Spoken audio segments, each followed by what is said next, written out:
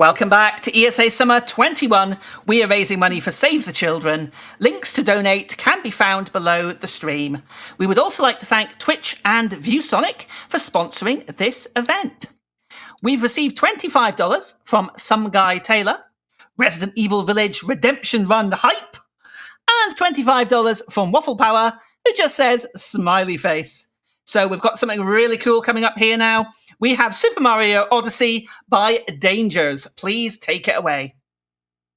Absolutely, it would be my pleasure. What's going on, everybody? My name is Dangers, and today we're going to be doing a little bit of Super Mario Odyssey. We're going to be doing an any percent speedrun, but we're going to be doing it with a little bit of a twist, and it's going to be super fun. Joining me on commentary is Timpani and Fur. Go ahead and introduce yourselves.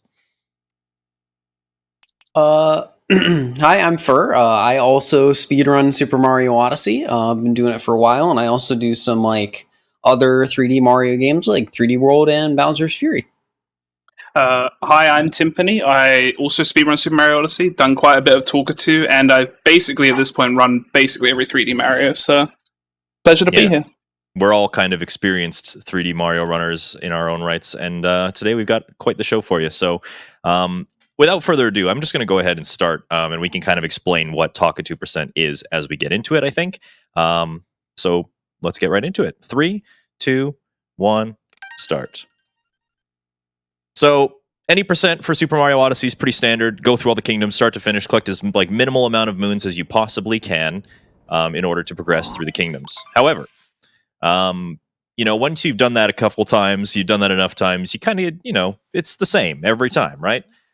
So the idea of randomizers is a pretty common thing in speedrunning, which, usually requires some sort of mod from the outside.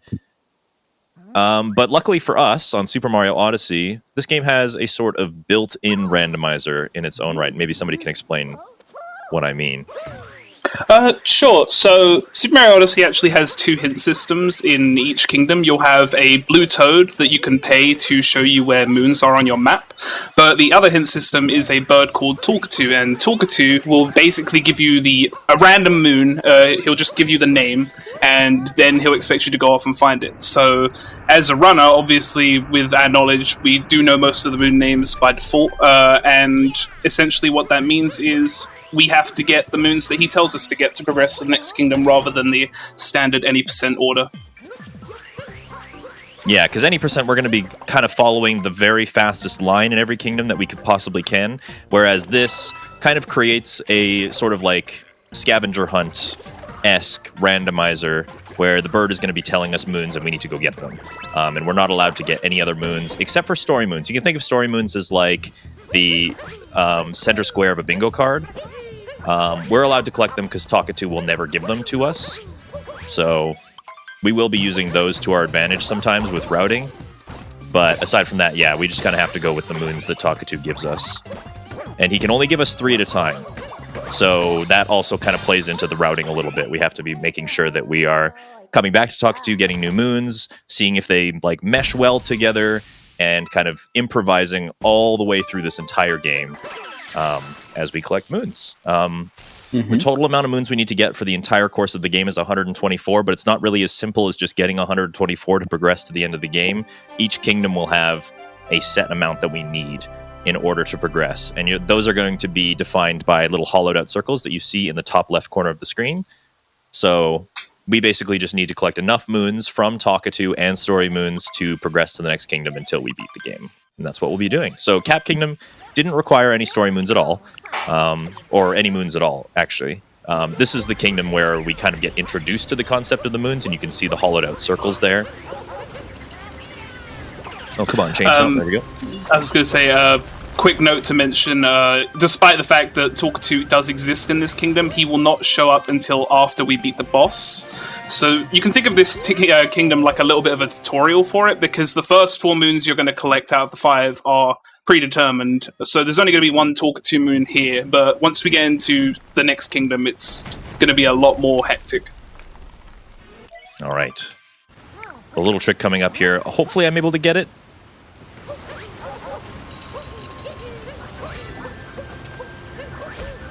Okay, we'll try again. So, obviously the game wants us to go across the bridge. But, instead, we can go up here. Oh no, I bonked. Frick. No. Oh, that's unfortunate.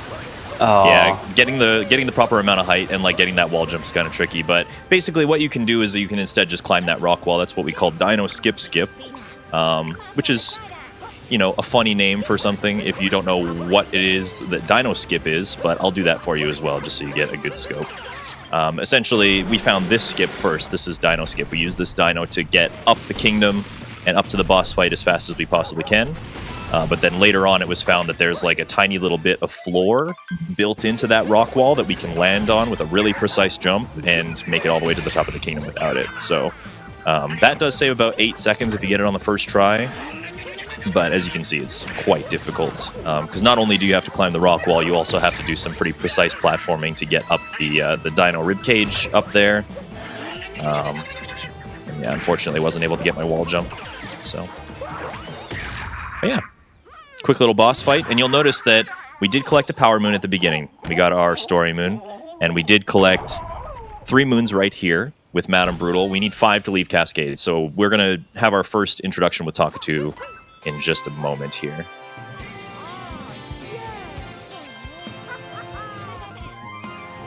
And this is a pretty long transition, so if there are any donations, we can actually get some red right now.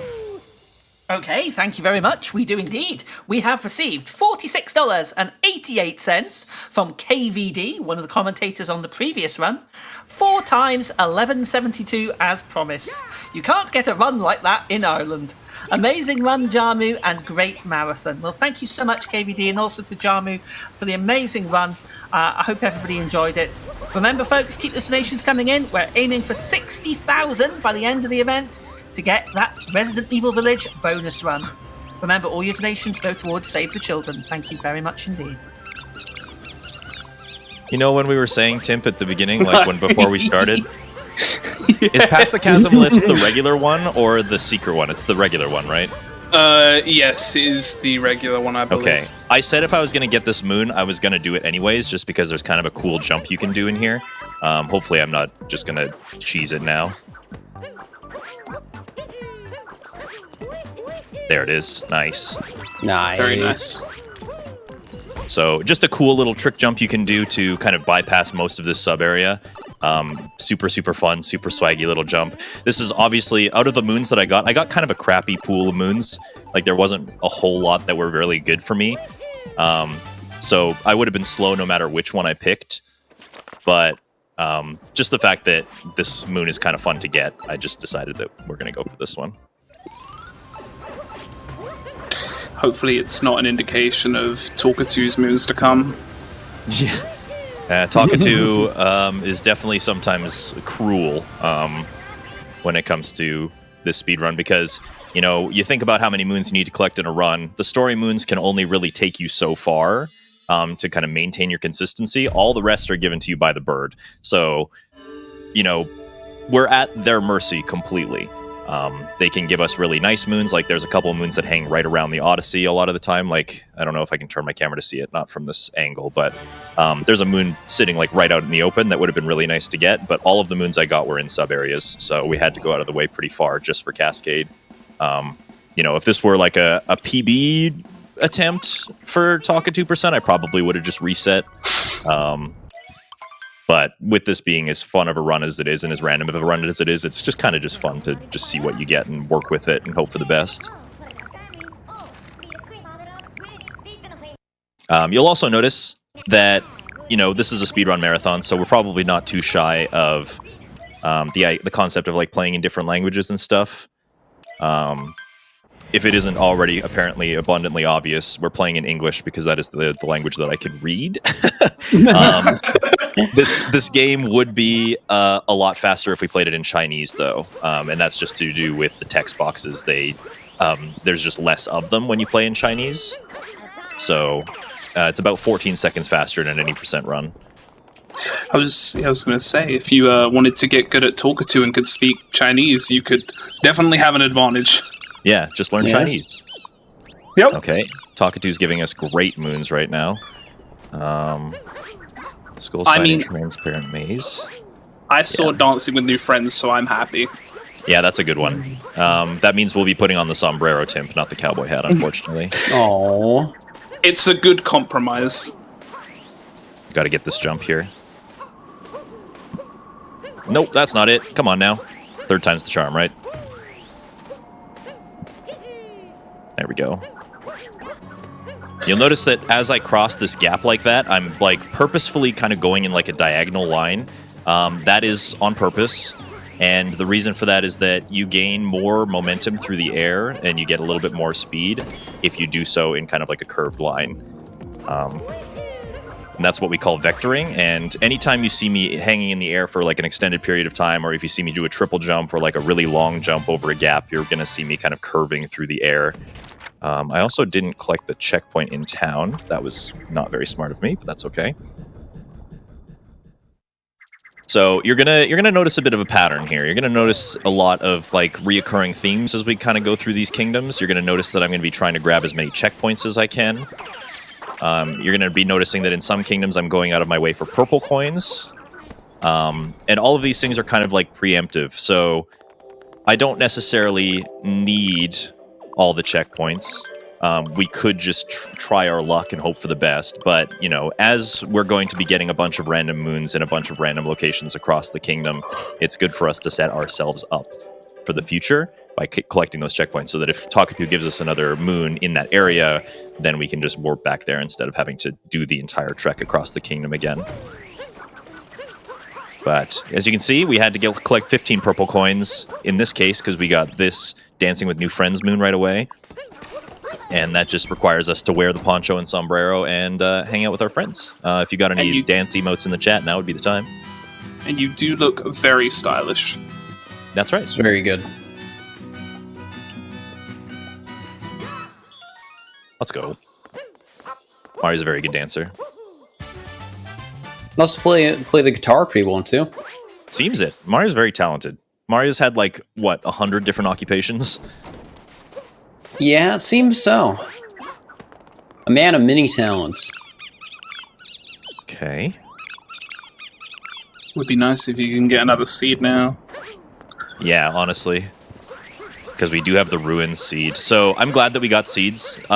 If I was doing a PB run like I mentioned earlier, I probably wouldn't be so happy about it.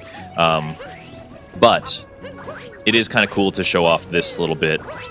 The seed moons, if you've ever played Odyssey, they work in a way that basically, like, if you plant it in a pot, it's going to take 20 real-time minutes to grow, which is a really long time. And typically you wouldn't really want to see that in your speedrun because then that just kind of leaves you waiting 20 minutes. However, we very thankfully have a way around that. It turns out that this game operates on the switch clock instead of just like the actual real time. Like the game doesn't have a clock going or anything like that. So we're just gonna cheese it. We're just gonna cheese it. What is very odd is if you actually turn the clock backwards from when you planted it, it won't grow until you get back to where you were, time-wise. So, like, if you say it back an hour, it would take an hour and 20 minutes. It's very odd. It is weird, yeah. It's like, it's completely based on what the Switch's clock time was when you planted it. That's, yeah. So you could make the seed grow forever by, like, going into the future and then coming back. Going back to, like, the earliest point you can set it, then the seed would just never grow in your game until you, like, progress forwards. Has anybody tried that? Has anybody, like, turned their Switch clock to, like, the most distant future that the Switch lets you and plant a seed and see what happens? I'd be kind of curious. No, like, would it just never grow? Or would it actually advance a day? I don't know. That's a really close to the That edge. was very close. I thought it was going to fall, to be honest. I did too. Okay, so that's fine. Talkatoo not being great in this kingdom so far, I will admit. Kind of making us go all over the place, but at least providing us the opportunity to get that checkpoint in the Jaxi Ruins. And then we're going to come over here and get the seed. I was going to say as well, one other worrying pitfall of Talkatoo is, as you saw, Dangers previously went into that room with the Jaxie in the poison room, and he got one of the moons in there, but there's a worry that Talkatoo might just give him the other moon in that same room later. So sometimes you might want to hold on to a moon to hope that you get the other one as well. Otherwise, you end up going in there twice. Hopefully that won't happen because Sand has quite a lot of moons, but, you know, RNG. Yeah, we'll see. Hidden room and inverted pyramid. Okay, we're going in there. Okay. That is the one at the end, though. Yes. Worth so knowing. I could still do the thing. So yeah, we're just gonna progress a month forward, and then get out of there. We're gonna go collect some of the moons that Talkatoo gave us, and when we come back, the seeds in town that I just planted will magically have grown, saving us 20 minutes.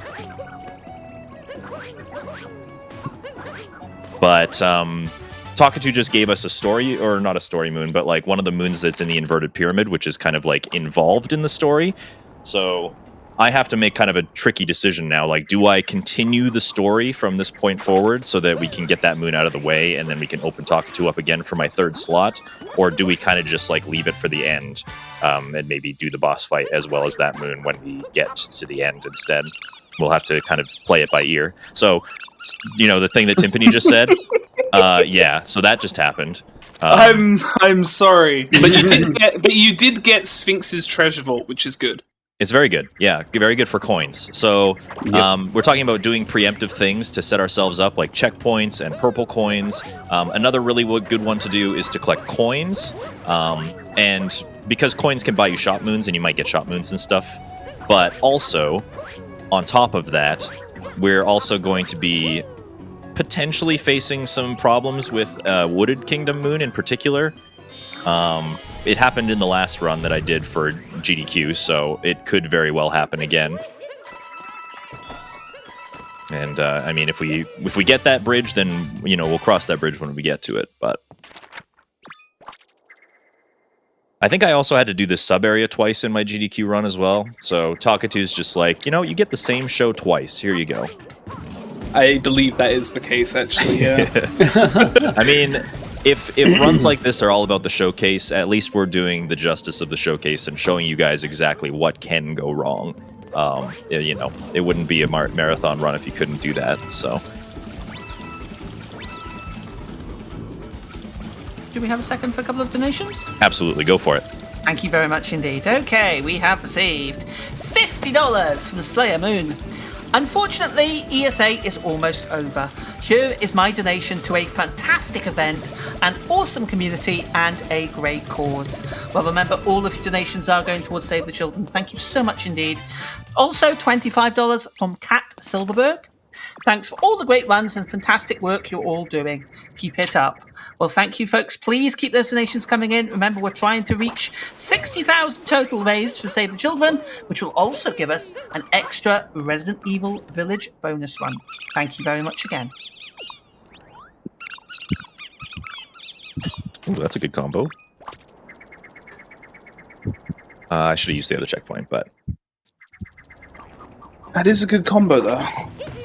You know what? I think I'm just going to run with this combo all the way through to the inverted pyramid, actually. Let's do that. All right. So I'm going to capture this bullet bill, and then we're going to get this moon here. This is inside a rock is a hard place, which are some English words in a combination. And then the treasure of Jaxie Ruins, which we actually kind of revealed earlier, but again, it wasn't something that Talkatoo had given us, so we weren't allowed to use it yet. But now that they have, we can. And I'm just going to go directly to the inverted pyramid. We have one moon in there. And I'm going to attempt a trick here. This is what we call the inverted pyramid skip. Maybe one of you guys can explain it a little bit better while I'm setting up here. Go ahead, Fa. So basically this inverted pyramid area is one of the areas you'll go through to progress the story, and normally you have to actually go through the pyramid itself. But there's an out-of-bounds clip Dangers can do here that's pretty precise. We can clip in that corner right there that he was trying to.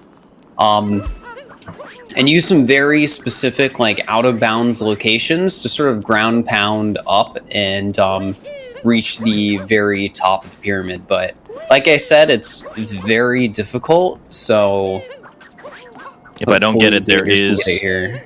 if I don't get it, there is another thing I can do. But yeah, this is a really precise clip. You can see the Cappy went through that time, but Mario kind of got left behind. Because I got to line up Mario just right. And the camera's got to work with me a little bit as well. And again, if we can't get it, then I'll just clip into the inverted pyramid. That also is kind of like a neat thing to show off anyway, so... Yeah, I'm not getting quite the right angle. There it is. Oh, and then I ground pounded through. Okay, we'll just go through. That's unfortunate. Yeah. It is very hard. It is a very hard trick. So we'll just, you can see that Cappy says, oh, you can't brute force this. Turns out that I can, actually. This actually also is, it's easier, but it's still tough to get that clip as well, very quickly. Yeah, the thing with this Yep. game, and as I've been, like, kind of watching some newer players run it, there's a lot of things that you can do with Mario, and Cappy specifically, like combinations of things. So there's a lot of inputs, and a lot of different inputs do different things in different orders. And so getting kind of a handle on how to use those inputs effectively is a very difficult thing to do. It takes a lot of like game knowledge to do. And so the thing that I did there is called a roll cancel clip, and you basically are using a roll, then a cancel of that roll immediately afterwards to just kind of scoot through the wall. And there are a couple of places that we can do it in the game. But, you know, we might see some, we might not. We'll just kind of have to see. We'll just have to hope for the best with Talkatoo, I guess. The good thing is you're ready for that coin coffer. Absolutely, yeah. More than ready, actually. So yeah, we're going through the pyramid the regular way, but with the inverted pyramid skip, we could have just kind of skipped through this, and all of that interior portion would have just been kind of skipped. So that trick is pretty cool, but a little bit out of practice on it, I won't lie. So we'll just have to do the other way. And now, the cool thing about fighting Harriet is that she's going to give us 3 moons. She's going to give us a multi-moon when we're done. So when we're done this, we'll only need 2 more. And the other cool thing about breaking the sequence like this, you're not supposed to be in this pyramid yet, if you couldn't tell by the locked door. And you can't brute force this, and then we did. We're not supposed to be here yet. There are a couple other story moons along the way that we just kind of bypassed and didn't do at all. So we can go back and get those if we want. And if we get them later, we actually skip the cutscenes associated with them as well. So it's faster to do it in that order. And the same is true for another kingdom later on in the run as well. So, you know, it's just kind of like breaking the game to our own speeding benefit, of course, as always. But we will be transforming this kingdom into night sand now. And this is how we're going to leave it. We're just going to leave it in night mode. Better on the eyes. Better on the eyes. I think most people prefer night mode anyway. Exactly. So that's fine.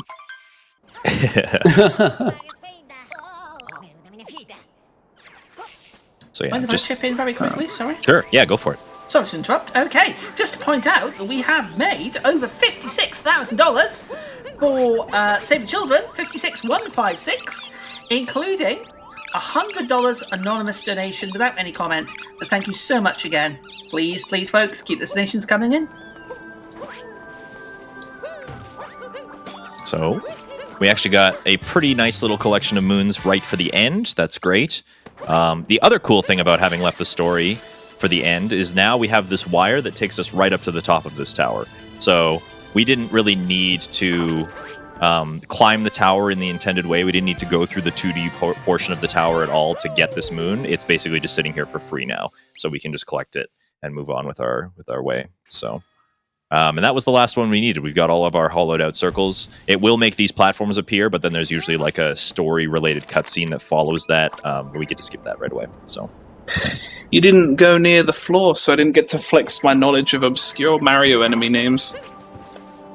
Mario, where are you going? I tried to take a sip of coffee. There we go. As I say, in Night Sand, not only is it just darker, also you'll get mummy-like enemies spawning out of the ground called chinchos. We didn't get to see any because dangers basically didn't really go into sand much. But yeah, it's a bit more dangerous. Typically in speedruns, you want to get out of night sand as soon as possible as a result, because it just makes unnecessary obstacles. Exactly. Yeah, if I'm gonna do night sand, I'm probably gonna try and leave Harriet for the very end if I can. But you know, sometimes desperate times call for desperate measures. So, but we had a fork in the road there. I don't know if you noticed, Timpani. Maybe you can explain why I picked wooded. Yeah, I can. There are a few little niche instances where it's better to go to wooded first in Talkatoo. Some certain moons, if we were to have to go to another kingdom in the worst case scenario, it's a lot easier because of the way warp paintings in this game line up. For instance, if you go to wooded first, the painting here goes to sand, and if you get the wooded Hint Art moon as a result from Talkatoo, that is in sand. So rather than having to take the Odyssey back and dump your moons prematurely, you can take the painting and just get it quickly. You don't really want that to happen, but if it does, it is the quickest solution. Yeah, exactly. Like if you do have to do the Hint Art moon, you're probably pretty down bad, to be honest. But that being said, it's kind of nice to have the option, because the alternative is using the Odyssey to get up back to the kingdom that you were from. So you don't really want to do that. That would be way worse, because then you have to put all your moons in the Odyssey. You have to wait for it to fire up. You have to get in it. You have to choose the kingdom. Then you have to go there. So it's not something that you really want to do. So making it a little bit easier for ourselves is obviously something that we're going to be trying to do. Mario, what are you doing? Come on. That was he was doing something, that's for sure. That combination of things wasn't something I was very very happy about. I mean, probably a bird thing. Typically in wooded, I feel like you want to kind of fight the first boss sooner than later because it opens up half the kingdom. There aren't really many options before then, I don't think, from Talkatoo. Frick. Okay, one more try. So this is what we call Flower Road Skip. And despite... Oh, I lied. One more try. Despite how much struggle I'm having with this, it doesn't really save as much time as it's really worth. It probably only saves about 2 seconds. But that being said, still kind of a flashy little trick to show off. Skipping the Flower Road completely and kind of just going against it. I don't know what your other moon was. I didn't catch it. I got nuts all over the place. I got nut on a tall fence, I got nut in the tower, and I got nut in the red maze. Oh, that's wild. That's a lot of nuts. That is a lot of nuts. All right, but luckily the nut in the tower leads us right to here. I don't know why I grabbed that checkpoint. It's going to be useless to us in just a couple seconds, but that leads us to Spewart, and Spewart is kind of the first boss in Wooded Kingdom, and a pretty fast one as well. And like Timpani said, because it's a story element, it kind of like... Wooded is a very progressional kingdom. It's not like Sand, where everything is just open and available right away. We kind of have to open up the kingdom to progress and get further into it. The nut planted on the tall fence, for example, the other moon that I got, is kind of at the top of the kingdom, and it would be a really awkward endeavor to try and go get it in the state the kingdom's in now. There's also a couple other sub-areas and stuff that are blocked off until we've beaten Spewart, so it might take away a couple of our checkpoints because it's trying to push you in a certain direction, but in the long run, it's kind of just worth it because it'll give us access to more of the kingdom. Yeah, Wooded Kingdom is one kingdom where we do kind of take advantage of as many story moons as we can, just because it is going to be opening up for us the more we do so. But we can go get some more moons from the bird, I think. That's very convenient, yeah, because you can just warp straight to it. Yes. And then, again, using those checkpoints to our advantage. Okay, yeah, this is one of those sub-areas that I was just talking about. Ooh, and here's the other one. Okay. Flutter Pipeway is a pretty cool room. It's only really cool if you do the entire room, because it's all based on a cycle. And you'll see any % speedrunners kind of abuse that cycle. We have to go right to the end of the sub area, though. Like that. I feel like if anybody ever put any time into learning this game, even way back when it came out of interest, this was probably a vivid memory for them. This sub area, a lot of people struggle with it. Yeah, it's a tough one for sure, and it's one that is really satisfying when you finally kind of put the pieces together. Oof.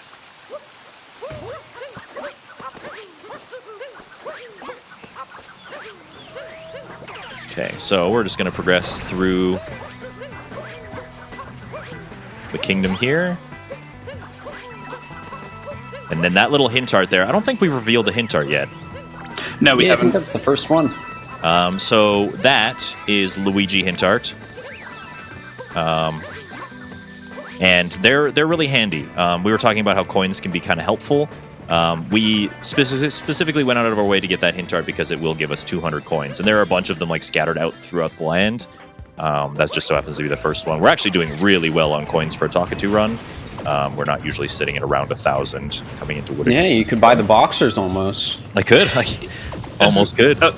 I was going to say as well, also, if you played this game when it came out and you're wondering how you never saw any of those hint arts, it's because they were actually introduced via updates. They weren't actually in the game originally. Nintendo released them periodically as time went on. That's right. It was quite nice of them, especially, it was not intended for speedrun use, but it was very nice of them to do it. Yeah, coming from 3 All Moons runners, yes, it was very nice, because the alternative to these hint arts was grinding coins. It's treasure made from coins. It's almost like it's meant to be, of course. Behind the rock wall is... Oh, I know what that is. Okay, well, you know what? We'll go get that first. This happens to me every time. What's your third moon? Not on a fence, so I'll get those 2 together. Oh, right, yeah, sorry. I could have got this earlier, but... Yeah. Yeah, so we got the treasure made from coins. This is the one we were kind of like groaning about earlier. We have to go into the deep woods and pay a plant 500 coins in order to grow it, which is a very needy plant, to be honest. Have to take out a second mortgage just to get this power moon. But that's fine. It's the kind of moon where, like, I might just try to ignore it for as long as I can and see what else Talkatoo gives me, and if it's really good, then we can probably just skip it. Deepwood's Treasure Trap. Thanks for the charge. Okay. So we're kind of going all over the place here. We might have to take a dip into the Deepwoods anyway. Yeah. We have the coins, so it's not a big deal. It's just a really slow moon. Yeah. So it's not one that you like to see. But it does have potential for limitless entertainment. True. Get the Benny Hill theme going again. Okay, so we got the treasure trap, right? That was the other moon I got? Yes. Yeah. Okay. And there's the Rolling Rock in the Deep Woods. So I was just kind of waiting for Talkatoo to give me 3 so that I had a reason to go down here. Perfect. So the first thing we're going to do is probably just capture that coin coffer. And he's kind of invisible. He's a little sneaky bugger. But he's here. And if I press the cap throw button or the attack button, he spits out a coin like this. And that's the mechanic you're supposed to use to grow this plant over here. And like the game kind of teaches you about this. They're like, look, all these coins. But you can also shake your controller and it will work better. You'll shoot them in kind of a circle and you'll shoot them way more, so you don't have to sit there like spewing one coin at a time. So that would get obnoxious very fast. While we're growing this plant, we have plenty of time for donations. Hopefully there's as much money coming in as there is going into this plant right now. Oh, yes, there is. We'd love to see them. But keep them coming, folks. We have received $5 from some scary guy. This runner made me buy a Switch just now. Have to play this game. LOL. Well, what would you say to that, Dangerous? Well, I'm just flattered, honestly. That's a high honor, making somebody buy a Nintendo Switch. You won't regret it, I'll tell you that. Whether you want to play Talkatoo or do regular speedruns or even just play the game, like, you won't regret that. Yeah, it's a great game. Yeah, it's a fantastic game. I've got Switch myself, and it's brilliant. One more very quickly for you. We have $100 from a Scruff McGuffin, who says, happy to support a great cause. Well, thank you very much again for your $100. 56,311. We're inching closer. Let's see if we've got a couple of hours left, but let's just keep those donations coming in. Let's see if we can get that 60k. Thank you very much. So we have a very scary dino here. We're gonna just hit him on the head with our nut, and then we're gonna use the nut to grow a plant, and then we're gonna capture the dino. All of this is in sequence, mainly to just kind of neutralize the dino so that he's not so scary. But he also breaks open this rock immediately, which is one of the moons that we needed. And the Deep Woods is kind of a bad place to be. It's not really fun. The reason being that you can't warp out of here. The compass doesn't work. The map doesn't exist. The only way you can get out is by using these beanstalks, but luckily by planting in that pot, it actually puts us right next to Talkatoo, and we can continue on our journey, so... Did you not get treasure made from coins? Oh, I didn't pick up the moon, didn't I? That's okay. I'm actually just going to skip that. You know what? We planted the seed, we gave the coins, we paid our fee. That's all I'm going to do. You made a charitable donation, much like anyone in the audience can do to support Save the Children right now. It's Exactly. true. So I'm going to do a little bit of a combination here. So this panel, this spinning panel thing, is going to open up a story moon for us, as well as the way to the final boss. We're not going to worry about the final boss of Wooded Kingdom, but what we are going to do is kind of set ourselves up to get back way up the mountain, which is a moon that we got. So while that is breaking, that cutscene is kind of taking place in the background. We can kind of turn the camera around and just come through here, and then the cutscene plays while we're in here, which I always just think is like just such a silly feature. But that it all makes sense when you kind of know about this game. So a lot of 3D games, what they'll do to try and render things properly and make sure that they aren't overloading on memory is what it basically, if it doesn't get viewed on the camera, then it just doesn't exist at all, including that cutscene and including things like power moons themselves. Like if they're just not on camera, then they don't exist. So we completed the task. We suspended the cutscene by going away, and then as we were coming back, it just continued playing as normal, which is kind of funny. And you'll see that a lot. If you watch a lot of Odyssey speedruns, the runners will manipulate their cameras to make enemies spawn faster, and they'll manipulate the cameras to make sure that like the moons that they're going to be grabbing are on camera in time. Because if you don't do that, sometimes then Mario will just like phase through completely, and that's obviously not something you want, because you might just end up jumping off the cliff or something. And we're going to finish up here. Was it the nut in the fog? I forget. Let's see. I actually was wondering where you were going, so I'm useless here. It's the shards. Yeah, it's the shards one. It's okay. I actually really like this moon. I used to. Oh man. Did something happen? I know what happened. I mentioned this in the GDQ run because we were here.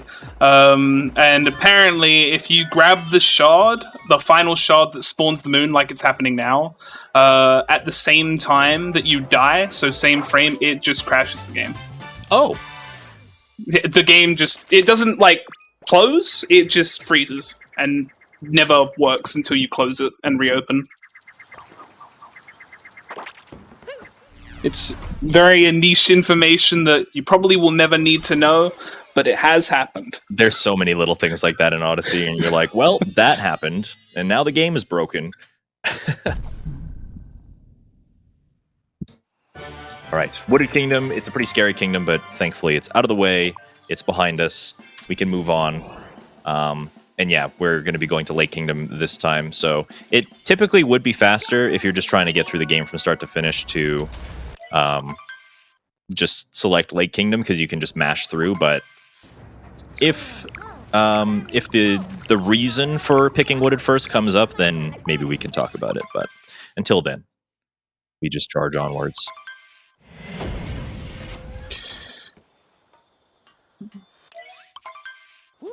Now, Lake Kingdom is kind of an interesting one. It's a small kingdom, which makes it really nice for kind of moon collecting. There's only one story element, and it's this boss fight up here. And the boss fight is pretty good because, you know, it provides us a way to kind of warp back to the Odyssey after we've collected 3 moons. So we're probably going to save it for last.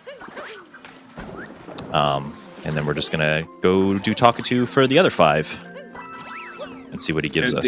Don't think you grabbed the fishing pond checkpoint. Yeah, that's okay. On the lakeshore, that's a good one for last. Okay, so kind of all over the place, Talkatoo. You're really not treating me very nice today, but that's all right.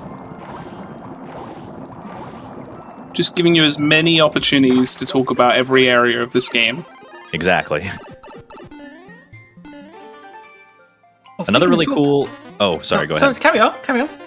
I was going to say another really cool thing. I was going to extend into like a topic of conversation. So if you do have like donations or something, you can read them for now. Thank you very much. Well, speaking of Talkatoo, very appropriate because Talkatoo themselves has given us a donation of $10. Let's go. And I'll try and do this justice. Give a moon name this. Give a moon name that. Would it kill you to talk about anything else? Well, thank you very much. We've also, to follow that up, received $50 anonymous donation. Even Talkatoo knows this run is absolutely nuts. We've also received $50 without a comment from Aosis, so thank you for that.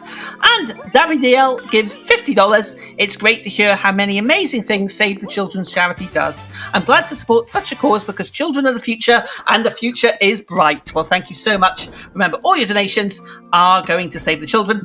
Back to you, Dangerous. Absolutely. Perfect timing for that, actually. I got a moon that I was like really excited to see. It's called I Feel Underdressed. And if you were anybody else, you might be like, oh, that moon is not very great because I need to collect 15 purple coins and I need to buy an outfit, and then the outfit leads me into that sub area. Or I need 1,000 coins to put on the boxers. You know, you need to do some shopping. But I instead performed another one of those roll cancel clips that we were talking about and was able to just kind of phase through the wall instead and saved a lot of time. And it's just a super fun strat to show off, so I always love showing it off. I'd also like to add that clip that in particular that he just did was a lot harder than the pyramid one that he did earlier. And I got it way faster. It is very fast. I was very impressed. Yeah, that was very good. The thing with like the roll cancel clips is that they're very positional based, and because I'm wearing a giant hat right now, it can kind of make it hard to like line up properly where I need to be, which causes problems, obviously. So I'm actually pretty excited that we were able to get that one on like the second try. Also, you might have noticed that I just like kind of entered that sub area and then long jumped off the side. That's incredibly intended. That's exactly the way that moon was supposed to be got. Don't worry about that. It really is quite interesting how Nintendo expects you to find some of these moons. Yeah, right? Like, yeah.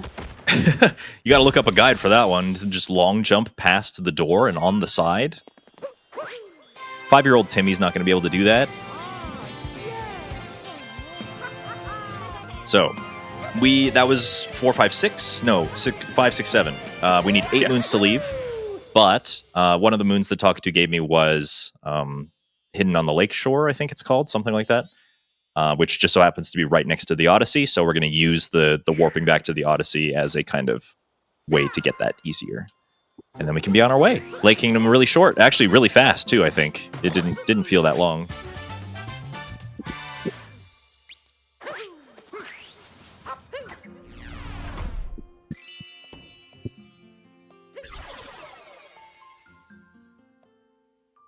All right.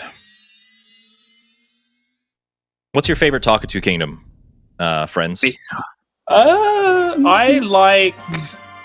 want to say either Lost or Metro. I mean, Metro, because there is no Lost Kingdom. You're going to Metro now. Yeah, see, it looks like we're about to go to the Metro Kingdom, Smile. Oh, I love the Metro Kingdom. There was a very large ocean with some islands in the middle that definitely didn't have any significance at all. We're going to Metro now, right, Cappy? This isn't... No, it's... Dangers, you're not fooling us again. You can't do this. Wow, Metro sure looks different. Wow, Metro Kingdom's really looking different today, Dangers. Where did all the buildings go? So, surprise, surprise, Bowser ambushes us, and we need to fight him in the Cloud Kingdom. I'm going to try to go for a little strategy here. I probably don't need the coins, but... Oh, I missed it. That's okay. Yeah, unfortunately, you're not in a coin shortage on this one. Yeah, Especially so after you basically wasted 500. Yeah, I wasted 500 and I'm still in a good spot, too. Like, very rich Talkatoo run, I'm not going to lie. So this Bowser fight is just like any other speed run. There's no moons to collect in Cloud Kingdom, and there's not even, like, Talkatoo doesn't even show up here later. So there's just nothing that we really need to do here aside from the Bowser fight. It's always going to be the same in Cloud Kingdom here. And now we get to go to Metro, right, guys? Yeah. Yeah. Yeah. Uh-huh. Wait, no, you're lying again, Dangers. Oh, you got me. Yeah, I got you. Wow, I'm smarter Metro now. sure looks different again. Wow, all the buildings turned into trees. That's weird. It's part of the city's green initiative. Then what's all that purple poisonous goop? What, the icky paint-like goop? It's grape juice. Yeah. Mario's allergic to grapes, though, so I wouldn't go in there. Oh. I wouldn't either, yeah. It's probably not a good idea. Okay, interesting combo. So I think what I'm going to do is grab this moon. So Lost Kingdom's a really small kingdom. And it's important to kind of use your checkpoints wisely here for a couple of different reasons. One reason is that one of them literally plants itself right on the top of the kingdom, so we can use this checkpoint up here to get very easily to wherever else in the kingdom we need to go. The other thing is that every time we warp or every time we die, we're going to make Klepto angry again, and we don't really want that. So if we have a better vantage point to get out of the kingdom or around the kingdom a little bit better, then that's good. And maybe somebody can explain what Klepto is all about, actually, because speedrunners kind of don't really bother with Klepto at all. Go ahead, Fab. Well, Klepto is basically this game's challenge.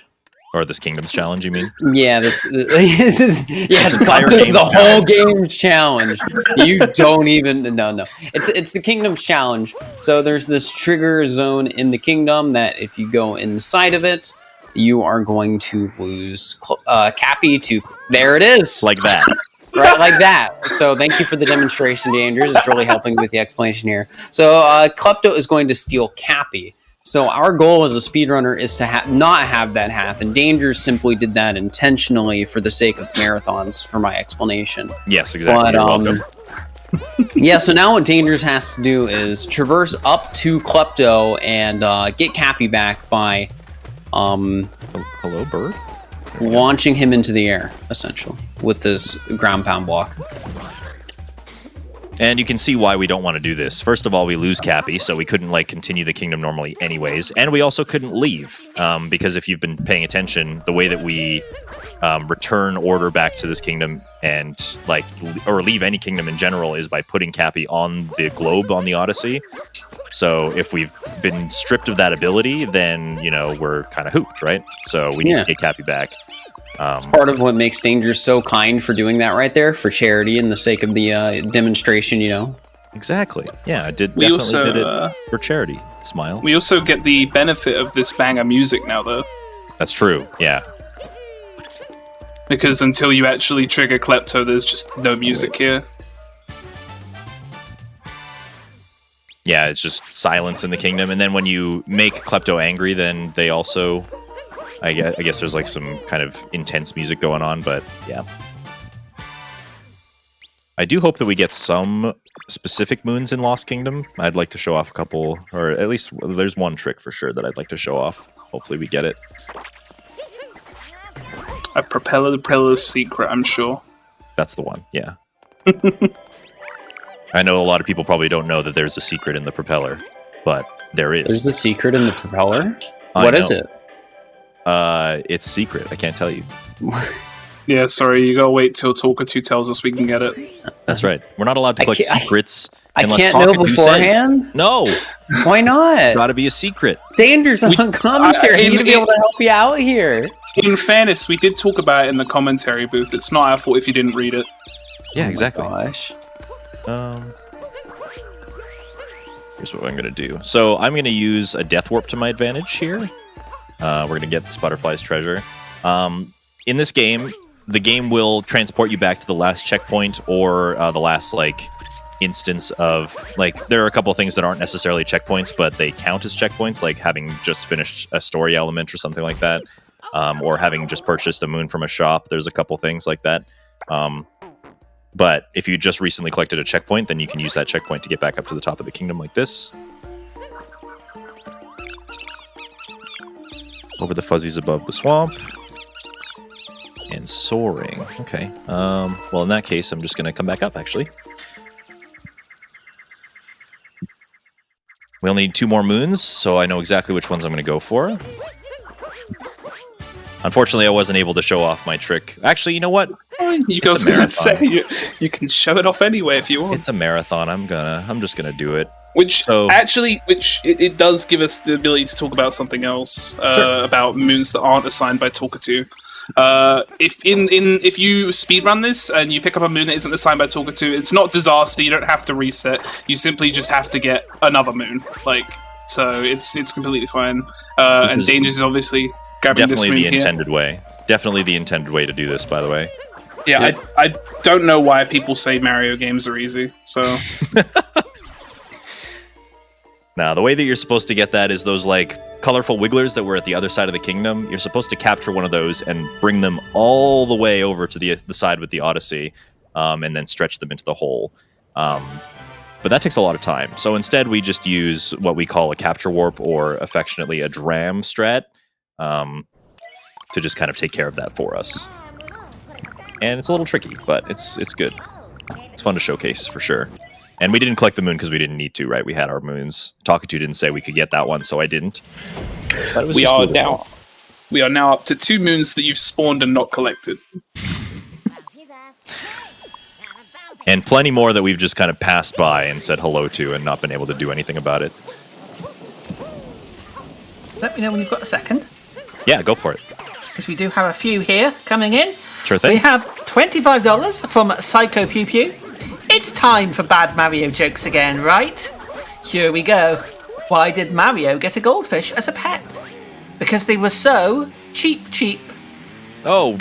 Oh, dear. Oh, come on, folks. I'm sure we can do better than that. Keep them coming in.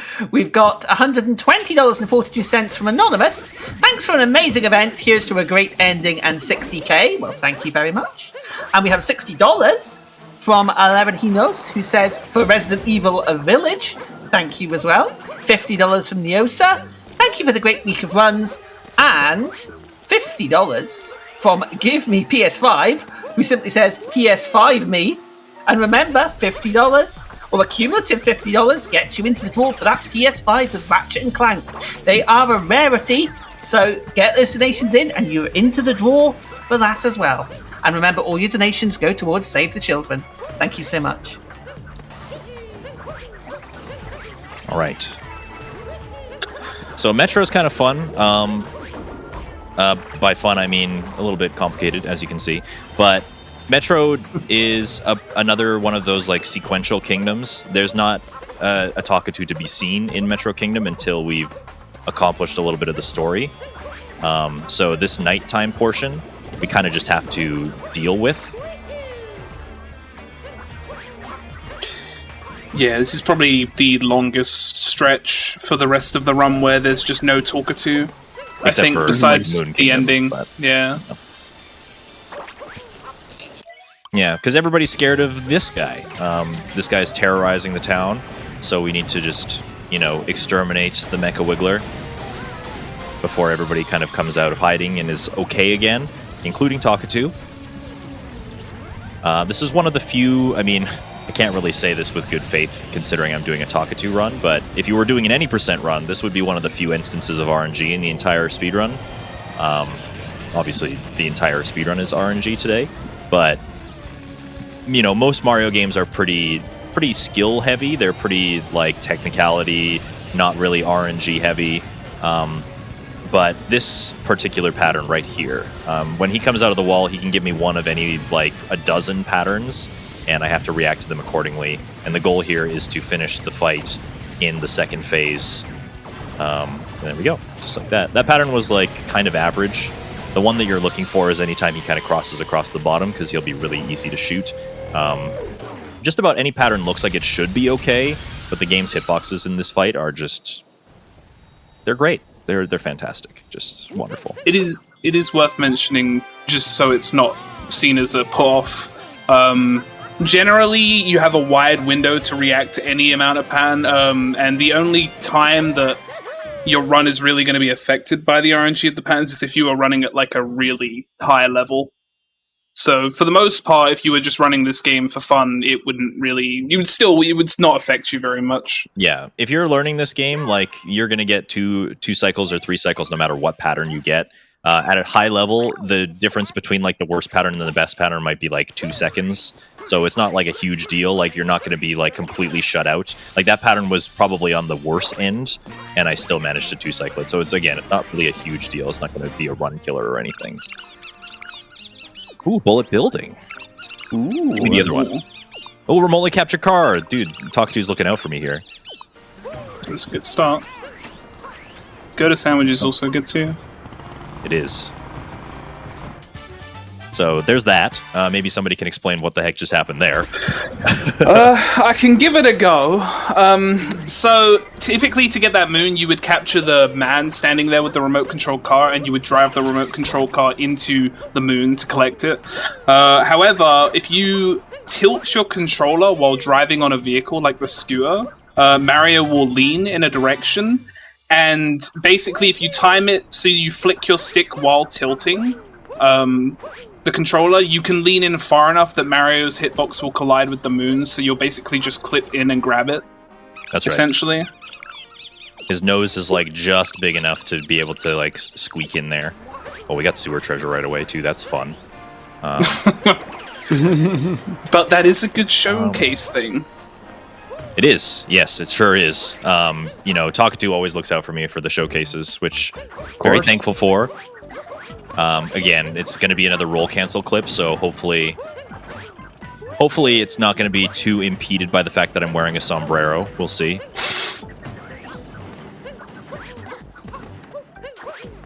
So we can kind of just skip the entire mechanics of this room by doing that. Sometimes I forget that jump is even possible. Yeah, the little vault off there. Yeah. Yeah, it's really cool. You and I are in the same boat on that one. All right, so we got Dizzying Heights. This is actually a good example of a moon that, like, if you don't have it on your camera right away, then it's going to cause problems. Because if you get up to the top of the tower and you just try and grab that moon when you haven't looked at it yet, then sometimes you can just phase right through it and dive off the top of the building, and that's just great news for everybody.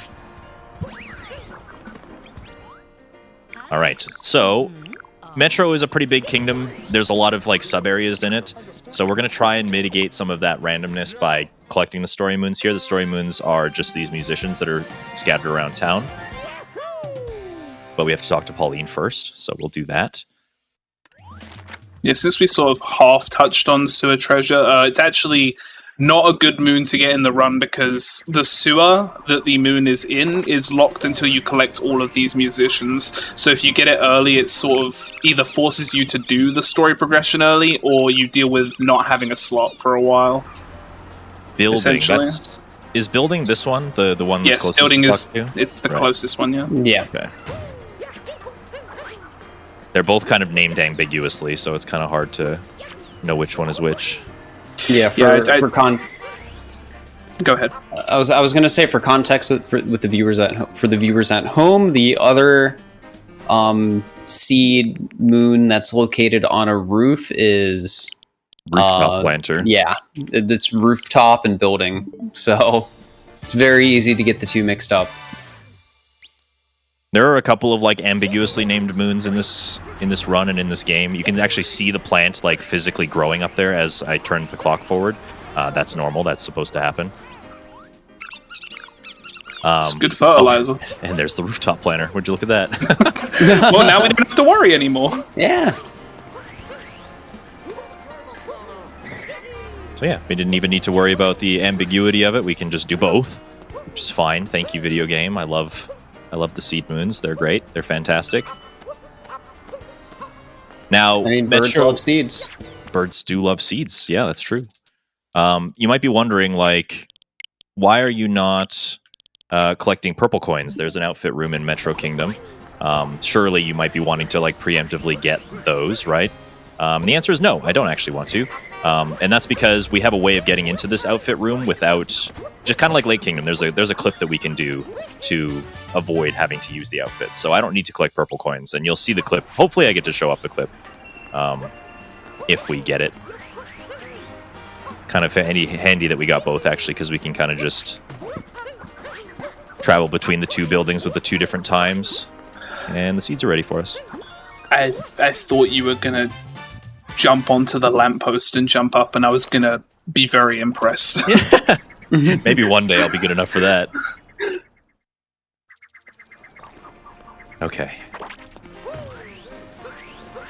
Talkatoo, what do you got for me now? Big jump escape. Okay, so that is a sub area. And the other planter. Would you look at that? Well, sure. I guess we've been speedrunning for a long time. It's been like 3 months. Yeah. Well, it's 4 now. We've been speedrunning for 4 months. I hope that I don't go over my time for this marathon.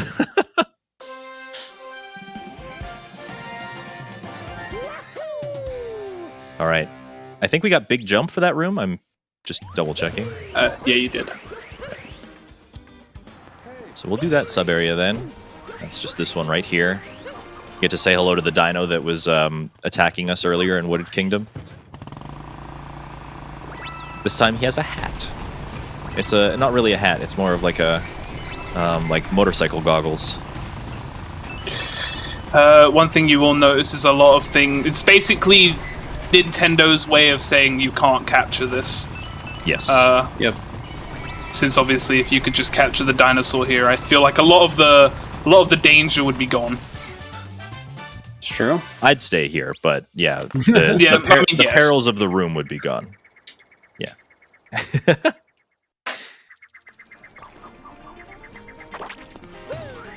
Okay, couple more moons. Talkatoo, please be nicer. Rewiring neighborhood. Okay, we do get to do that moon. Nice. Oh, did I miss? Oh, it's the seed, right? So we'll grab the seed. It is very, very, very unlikely that I get all 3 seed moons in the same kingdom, so I guess that's cool for a little showcase. I feel like it actually would be pretty good as well in a normal run if you preemptively had planted them all. Yeah, true. If you kind of like, yeah. And if you got them all in sequence too, then you just kind of bang them all out together and like set the time forward once. That wouldn't be so bad. Yeah, I'm just thinking because Metro has a lot of sub-areas and quite a lot of them are quite slow. So basically anything in the overworld generally is quite nice to get. Exactly. Okay, so now we're going to go do that that clip that I was talking about. So rewiring the neighborhood is the outfit room of this kingdom. And you're supposed to talk to like a foreman who's on the ground just beneath this building. But instead of that, we can come here and do this. And suddenly we're just inside this building, which is exactly as intended. Mm-hmm. Personally, do not like this clip because it means that we have to skip the coolest outfit in the game, or at least one of them. Yeah, Construction Mario. Like the Mario Maker. Yeah, if anybody's played Mario Maker, it's basically that outfit on the cover. That was one of my favorite parts when I first started running All Moons, was we didn't have that clip. So you just wore the Mario Maker outfit for, like, the any % portion. Okay, so I think we have exactly the right amount of moons for me to just collect story moons and the sewer, and then we're good. So, do you? Yeah, we got 4 more remaining. So the 2 musicians and then the story moon in the 2. sewer. Okay. Oh, I wasn't sure if you had 1 or 2. I'm guessing it's the trumpeter then. Yeah, trumpeter, and then we just go in the sewer. Nice. Doing these story moons is kind of like a, when you play Talkatoo, you balance your risk and reward, because I could have potentially just gone for new Talkatoo moons. They probably could have been faster as well, because there's a lot of moons in Metro Kingdom. But sometimes the RNG, you don't really want to have to deal with it a lot of the time. So if you can eliminate the RNG by getting story moons instead, then you're kind of creating like a net neutral for yourself, if that makes sense. And so that's what we're going to do here. In fact, I might do that in Seaside, just because we might get like 3 Talkatoo moons in Seaside and then just do the story in Seaside. Mainly because there are a lot of story moons in Seaside for how like small of a kingdom it is, but also because it's got the best boss fight in the entire game. Yeah, Seaside is... Absolutely, please do. Yeah, sorry, Tabani, go ahead. No, it's fine. I wasn't... it can wait. Okay, no problem. Sorry to interrupt. We do have lots of donations coming in here. With $50 anonymous donation without any comment. And we have Psycho Pew Pew back again with $25. Maybe this one is better. What do you call a Mario Brothers character on strings? A marionette. A marionette, of course. Oh, fantastic stuff. Please, if you can better those folks, please get those puns in. We always love them here. They always help save the children. $50 from Cymaster without any comment. And $50.66 from Sam26 without a comment. So thank you so much. Remember, all your generous donations do go towards Save the Children. We've currently got 56,902. Come on, folks, let's get 57. Remember, we're heading towards 60,000 to get that Resident Evil Village bonus run. Thank you so much. Back to you. Absolutely. Getting some donations in just as we're doing another roll cancel clip. Seems to be kind of the story of the of the run so far, which is great news. So yeah, that's another roll cancel clip we can do. Arguably the hardest one in the entire game, using that pipe to clip into the area where the piranha plants are. And very useful in any of the speedruns that end up going in there. But again, probably the hardest one, especially when you're wearing a sombrero. So yeah, it seems like any roll cancel clips that we do, pipe on top of pipes specifically, we don't tend to find any consistent setups for. I feel like if we had a consistent setup, it wouldn't be too bad. But that's the main problem, is just no one really understands it well enough. Yeah, for a little bit of game history, this game is kind of followed the same line that a lot of modern games do, where they had an original version, and then on release day, they created a patch to just kind of fix some of the things that they caught at the end. That's a pretty normal thing for modern games to do. But we can revert back to that original patch if we play on a physical copy of the game that was built on that patch. And that patch, that particular version of the game was a lot more broken when it came to the roll cancel clips. And they were very easy, including the pipe one. Like, a lot of them were incredibly easy regardless, but then when they patched to 1.1 and 1.2, they kind of made them a lot more difficult to get out of bounds. And that was because they were planning on introducing some like multiplayer content, and they didn't want people getting out of bounds easily. So doesn't mean that they're impossible. As you see, we've done it already 3 times today, but did make them quite a bit harder. And now we're in Snow Kingdom. Snow Kingdom is like, I don't know, it's hit or miss. I don't know if I like this kingdom or not. I still can't decide when it comes to Talkatoo. The problem that it has is that it doesn't really open up until you've completed the story. So there's not a very big moon pool, which is a good thing and a bad thing. Yeah, you'll have noticed that Danger's picked up some purple coins before he even came into the actual village, and that would be because the outfit room is already available, and it's obviously, as Danger said, the moon pool is small, so it's usually quite likely that you're going to need to get the outfit here. So picking up some purples outside quickly is, as a preemptive measure, is usually the safest play to make. Yeah, for sure. Yeah, so I'm going to be trying my best to collect 15 purple coins so that we can get into our snowsuit as fast as possible. That Spiney's in like the perfect place. We love that. So yeah, just like right in the way, which is perfect. You might be thinking, why is it faster to leave one Spiny by itself? This game will only initiate cutscenes when the camera has panned to the correct location. That goes for talking to NPCs. It goes for little scenes like that, everything. So if we get Mario a little bit closer to where the cutscene starts, then we are basically panning the camera for less time and it saves time. Slip behind the ice. So that is... Oh, wait. That would be one of the outfit rooms already. Yeah, So picking up the purples was a good call. You'll notice that there are 4 rooms in this area. As we mentioned, there's a small moon pool. To progress the story normally, you need to go into each of these 4 rooms.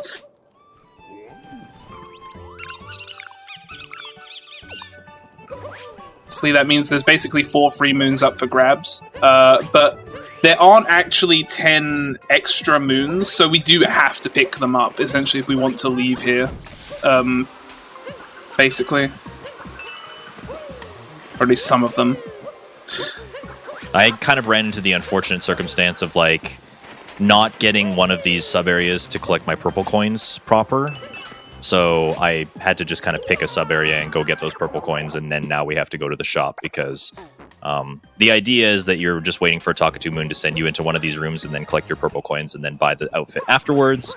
But I got some bad RNG, and I got both of the purple coin ones first. So that's okay. We'll just go to the shop and we'll get our outfit on. And we also got the shop moon as well, so, you know, 2 birds with 1 stone, I suppose. I get Very it. nice pun. Somebody's got to do the bird puns, all right? Well, I mean, both Fur and I had eagle eyes to spot it, so... That's true. Yep. So thank you for that. That was See the what you best did there, I could do. Symphony. Well, I mean, I'm 1-0 on you now, so now you have to make one. Me? Yeah? I did not come prepared for this. If somebody can find a way to clip into this outfit room, then we'll be forever grateful.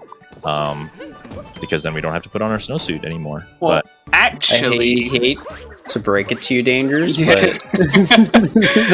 but... we can clip behind the door, but unfortunately the loading zone isn't there until you talk to the Shivarian and the lock comes off. oh, really?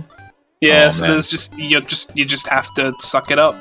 That's so funny, actually. I didn't know that. I just kind of like obviously you can use the box clip or something to get back there. So Interestingly, it's only those locks. Obviously, there's one in Lake like that, but that doesn't take you through a loading zone, so Right. that's fine. But the one in Seaside, you can also clip behind if you use Fish Clip and go over there, which we may see. I don't know, probably not, but potentially not. yeah. Essentially, those locks, those doors in particular, when they lead to a new area, just don't have. They're not. You know, I've already said it. You know what I mean. Yeah, because the loading zones and stuff makes sense. That's unfortunate. It makes me kind of sad, but it makes sense. There's another thing that Talkatoo is there's a kind of an important detail about Talkatoo is that Talkatoo will only give you moons that are available in like the instance of the kingdom that you're in. So because of that, the big asterisk on that, but the idea is that Talkatoo won't give you moons like if you need a peace moon or like a moon that you can only get after you've achieved world peace, for example. Talkatoo won't give it to you in this state. And if there's a moon that you're only allowed to get in post game, Talkatoo won't give it to you in this state. And there is one moon that we actually can collect in Snow Kingdom before the post game state. That we do get in any percent runs because it is extremely fast. But because Talkatoo will never give it to us, we never have to like worry about trying to get it. But I'm still probably going to just show it off anyway in case nobody's seen it. Maybe somebody can talk about Snowdram as we're kind of setting up to make our way over there. Go ahead, Phil. So, Snowdram is this little trick, or... Well, no, that's a good word. It's essentially a trick jump you can do from on top of the Odyssey to get to a painting moon early. So painting moons are these moons that you can get by traveling through a painting in one kingdom to another. And it'll be on this platform that's supposed to essentially be separated from the entire kingdom. Yeah, there's a jump on top of the Odyssey that's relatively precise that we're able to do to collect that moon, but since it's not something the game expects us to be able to get yet, Talkatoo is never going to give us that moon. Exactly. I was going to mention something in addition, since I wasn't going to mention it, but it is sort of relevant to when we were talking about older versions. Fun fact with Talkatoo in Snow Kingdom, on the oldest version, for some reason, Talkatoo in this kingdom in particular will give you moons that you can't get yet. And it's very odd. It doesn't happen if you're playing on like any new version, but it's just a neat little piece of trivia, I guess. So there was very nice. There was the painting right there, that painting moon, and there you can go through some of the paintings like we were mentioning before. There's a reason we were choosing Wooded Kingdom first, for example. There are a couple of paintings that you can go through before you complete the main storyline of the game, but there are two that you can't, and they are the ones that lead from Bowser's Kingdom to either Snow or Seaside. Basically the ones that arrive into Seaside and Snow. And that's just because they come from kingdoms that are not really available until you've beaten the game anyways. Bowser's Kingdom and Mushroom Kingdom, respectively. So, yeah, those moons are kind of off limits until then, but they're still spawned in. They're still in the chests, and if you can reach them, which you can, actually, you can reach both of them early, just by kind of finagling the game a little bit. So... That brings us to Seaside, and it's always so funny to me that we like put on the snowsuit, usually like towards the end of Snow Kingdom, just to come to Seaside where it's really toasty. Yeah, he just doesn't feel comfortable, and I respect that. Yeah. Stuff behind. Okay, that's a good combination for doing that and then the story stuff.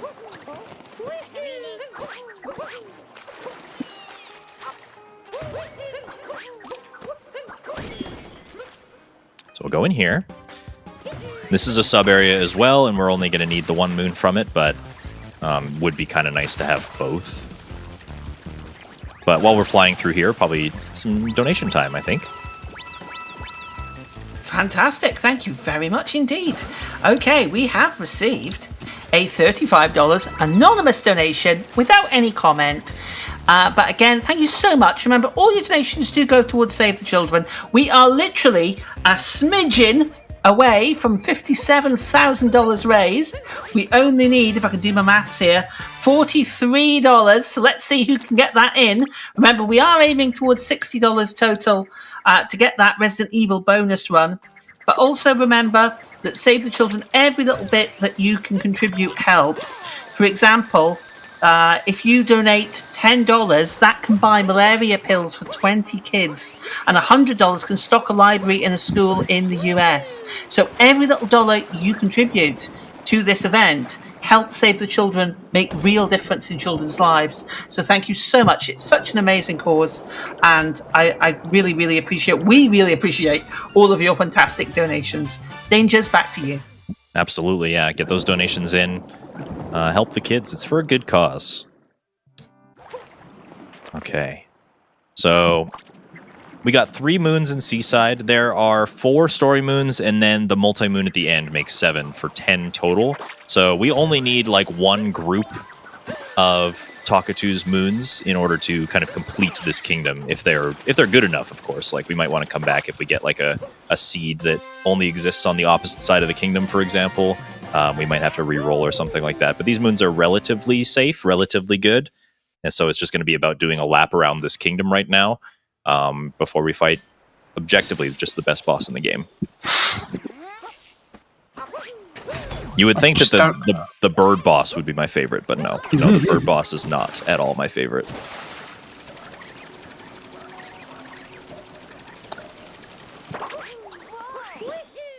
Now, can somebody, just maybe remind me what the boss's name is? Just out of curiosity. I was wondering if he's going to remember. Brigadier Mollusk. Is it De Lancier or Lancier the Third, Dauphin of Bablaine? Yes. I do believe that it is Brigadier Mollusk Lancier the Third, Dauphin of Bablaine. It's a very good name.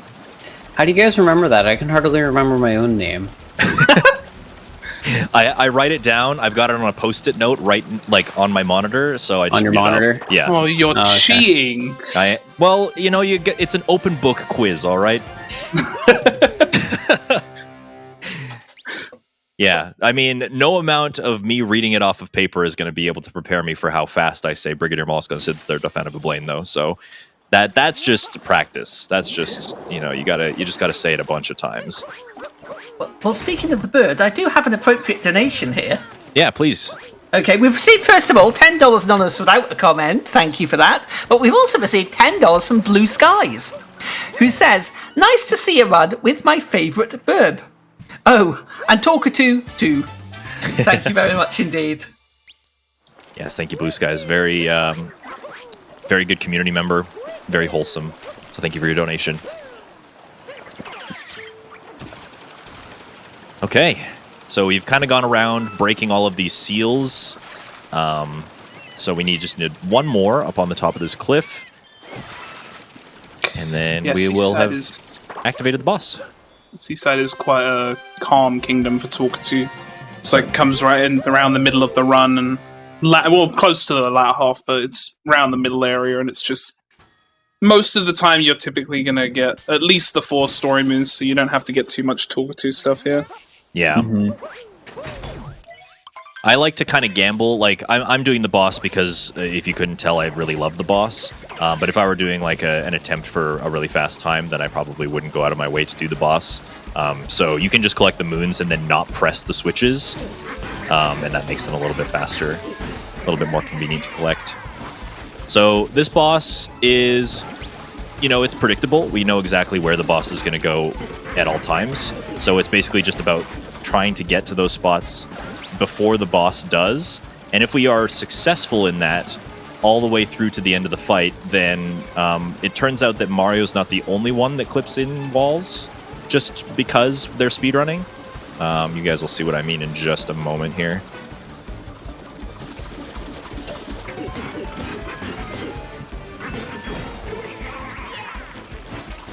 So they're actually just going to clip right through the hot spring like that.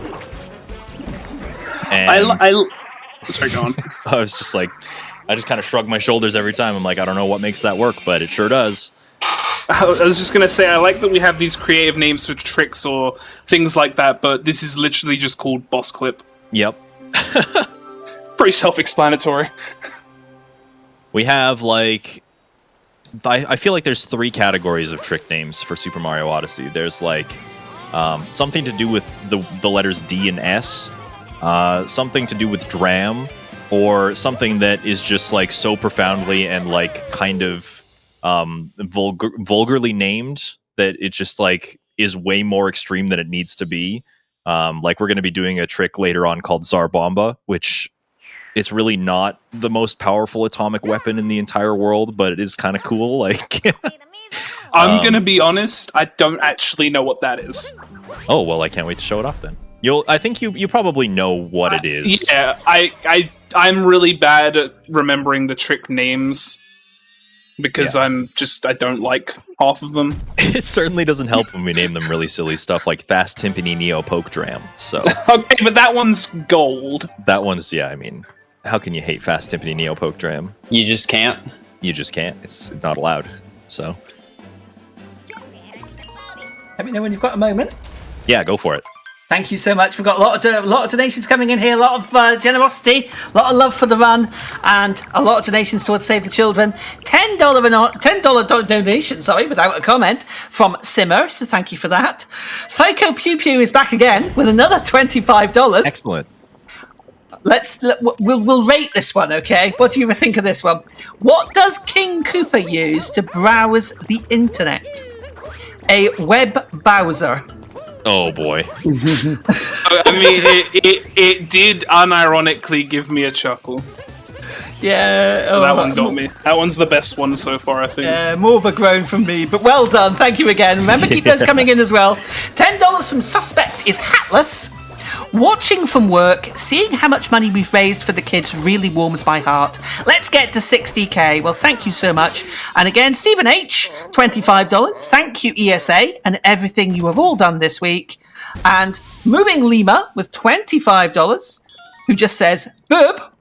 Burb. So thank you so much again for all your generosity. With that, we have got past the 57,000, but we've gone flying past the 57,000 mark, 57,212.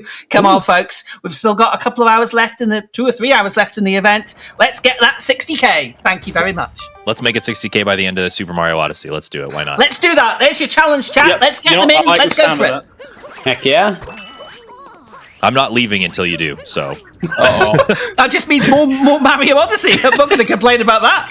It just Exactly. becomes Talkatoo or Moons. Okay. Well, that was a kind of an interesting combination. I won't complain about that. I didn't see your first one. Beneath rolling vegetables. So we kind of have to go in that direction anyways. So Luncheon Kingdom is a bit weird. We've been talking about procedural kingdoms. This one, you might think that it's probably a good idea to try and like collect a lot of the story moons and get the procedure going so that you can open up more of the kingdom. But that actually is only really true up to a point. With this kingdom is really trying to steamroll you directly to the story and actually will like sabotage the town if you collect the multi-moon that's sitting in the soup pot at the top of the kingdom. So we really don't want to get that at all. We want to make sure that if we get it at all, it's going to happen at the very end where the kingdom is not messed up for us. Because we will lose our town checkpoint, and the town checkpoint is the one that Talkatoo is sitting right next to. So that would be very bad. So we have to be careful not to do that until the very end. But that being said, we're going to be still kind of going through collecting the single story moon that we get from the Cheese Rock and from Spewart. And then we're also just going to be kind of getting all the checkpoints in every corner of the kingdom so that no matter what Talkatoo throws at us, we're going to be kind of prepared. This moon here is really cool. We're going to be doing Beneath the Rolling Vegetables, a little bit of a 2D area. Got to do a bit of a tricky jump. Side note, getting past those Hammer Bros in damage list is an utter nightmare. Yes. It's true. Got the jump, though, so that's pretty cool. Pretty awesome. Yeah, that one's actually a lot trickier than it looks, because if you even slow down for a moment, you will not make it and you will die. Yep. So it's and very you kind of cool have to delay it in just the right amount of time so that like the platform moves. Yeah. Yeah. This is what we call the salt pile triple. Just a way to kind of get up this wall without needing to use any captures, which are not even available to us yet. So pretty handy little jump there. And you have to, for that one, like that one's a really, really tricky one. Like as you're going from like intermediate to advanced, I'd say is when you kind of start picking up on that trick, because it does require very, very keen knowledge of like how high your jumps are and things like that. These are good moons. These are all really good. Holy crap. Yeah. Talkatoo's just making it up for earlier. Because I don't think there's really anything particular to show off here. So it works that these moons are pretty fast. I can't think. Maybe I'm forgetting something. Nothing like trick-wise, really. Except for maybe like the 2D area I just did. Yeah. But yeah, they're like paired up really nicely right now. Like Talkatoo's actually giving me combinations of moons. Like if you get good RNG in Talkatoo, it's just going to be like sequences kind of like this, where just like every combination of moons that you get. I mean, this probably would have been a good one to have in combination with the other ones, but I would have loved to see both the fork stars, moons. There's so many Mario collectible names. I go to say moons, then think, no, it's stars, no, it's shines, no, it's something. yeah, Fur's been playing Bowser's Fury, and his chat always makes fun of him when he calls the cat shines moons. It just happens. They're all essentially the same. You have cat shines, moons, green stars, Plot shine device. stars. You have all these different collectibles. You can't expect me to remember which specific name I need to use when they all function the same, you know? Yeah. We do have a lot of love coming in. Do we have a moment for it? Keep going, yep. Okay, thank you so much. Okay, here we go. Starting off with an amazing $150 from Someone 103. Love me some Mario. Well, we love your $150 donation. Thank you so much. And here we go again. Andrew of Pastatown gives us $10. Bird puns. Toucan play at that game. Yes. Always a hoot to see you speedrunning this game. With how fast you are, I can't help but wonder if...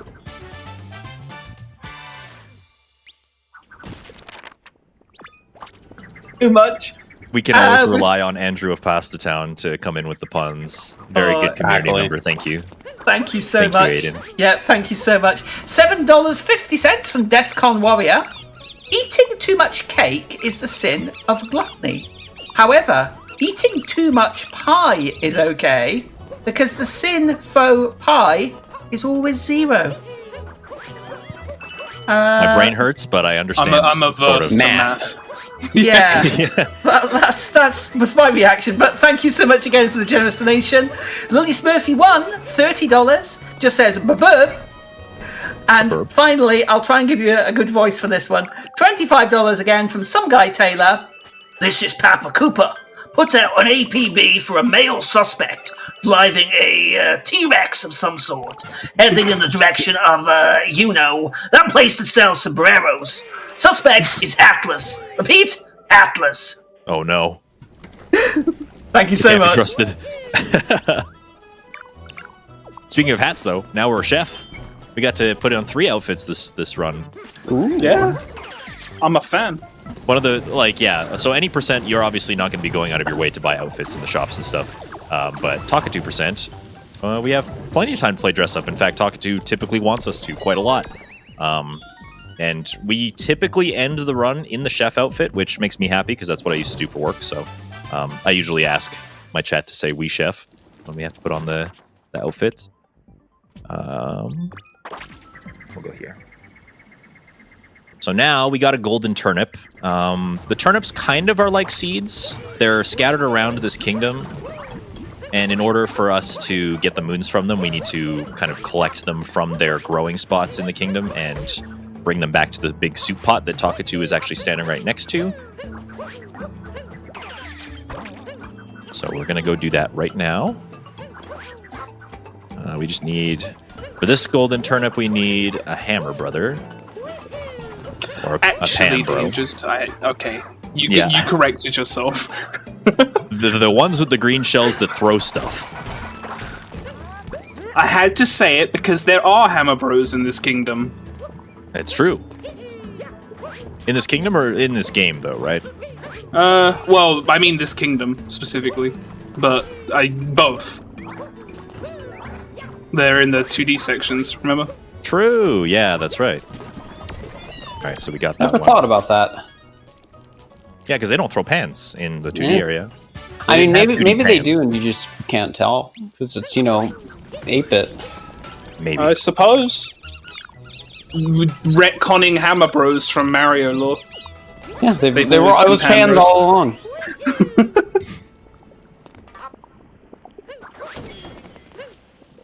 All right. So we got this sub area as well. It's too bad we didn't get the other moon in this sub area because the other moon is like really fast, but you can't win them all. I actually really like this sub area. Oh, I got Cappy stolen. I didn't mean to do that. I don't like that though. Yeah, not a fan of that. Not a fan of that. We'll just kind of have to deal for now. What else did I get?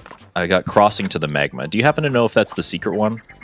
That is the secret one, yes, I believe. Yeah, because the other one is like Magma Narrow Path. Yes. The good thing about luncheon sub-areas is that most of them are extremely short. So even if you get one of the moons in the sub-area, it's not a huge deal to have to go back in. Yeah, I mean, like, there has been a sub-area in luncheon in the any percent route for like forever because it's just fast. Yeah, and now it's up to 2 again. This was the sub-area that like we originally thought was going to be the fastest. But then a little bit of routing made the fork one faster, and then now we actually skip all of the story elements in regular any percent runs. and it's just they both have made it in now because a lot of the story moons are being compensated for. Yeah, I mean, because, like, even though these moons are right here, I mean, this is probably one of the fastest story moon collectors, because there's just 3 there, but even just because they're out in the open, like, this cutscene just takes a while, so it really adds up. Absolutely. So, you might have noticed that I was missing one. You might probably thinking, Dangers, you just said don't do that, because now you don't have your town checkpoint, but we had this moon here. This is Timer Challenge 1. I had this in my back pocket from Talkatoo earlier, so we can just... I can never disassociate this moon from a bingo match I watched once where someone went to luncheon for this timer challenge. I've heard the story of that. So I actually kind of wanted to bring that up earlier. Not necessarily that example, but go ahead. Right. Go ahead. I was just going to say Super Mario Odyssey bingo is pretty good. Most bingo games end in snow or seaside at the latest, so seeing someone come all the way to luncheon is something else, that's for sure. Something a little special, because doing both snow and seaside to get to luncheon is obviously, it's going to be a little slow. But I was going to kind of add on to that and say, like, speedrunning is cool and everything, and like doing the same thing over and over again can be kind of an achievement once you've gotten a really good time. But there are other ways to kind of have fun with speedrunning that aren't necessarily the grind. Stuff like this is a good example. Randomizers are a good example, but there are a lot of game communities that have bingo as well. And Odyssey is one of them. So the idea being that you just kind of like accomplish tasks in the game. And because there's so many different kinds of moons in this game, and because there's so many different kinds of collectibles, there's a lot of ways to go about accomplishing different tasks. And it can make bingo pretty exciting as well. And it really tests your game knowledge. So it's pretty fun. I don't like this kingdom. I want to go home. What, you don't like Spyro? Is that the one we're going with today? Which scary dragon character or non-scary dragon character is the purple dragon today? So, if anybody was wondering the cool speedrun tech for this for this fight, there is none. Yeah, it's don't die. Which actually some speedrunners have failed at, so it's harder than it looks. Yeah, including me. I've seen Super Mario Odyssey speedrunners in like league races die in the ruin fight. It's something that happens. Yeah. So.